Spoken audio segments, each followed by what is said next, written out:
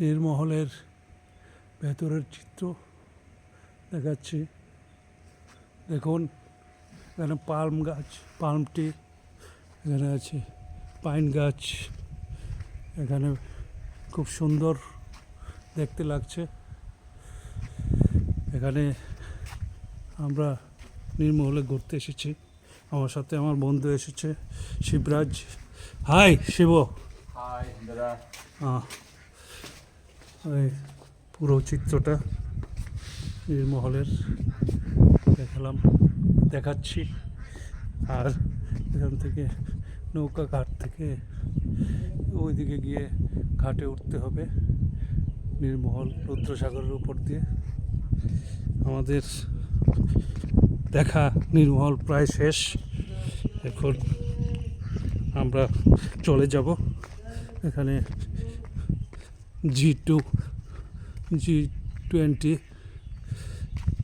2023 এখানে প্রোগ্রাম হয়েছিল, সেন্ট্রাল মিনিস্টাররা এসেছিলেন এবং এখানে দেখুন পুরো গ্রাম পেছনে, রুদ্রসাগরটা পুরোটাই একটা আইল্যান্ড। আমরা এখন চলে যাচ্ছি এদিকে নৌকা ঘাটের দিকে। নৌকা ঘাটে গিয়ে আমরা নৌকায় আবার ফিরে যাব।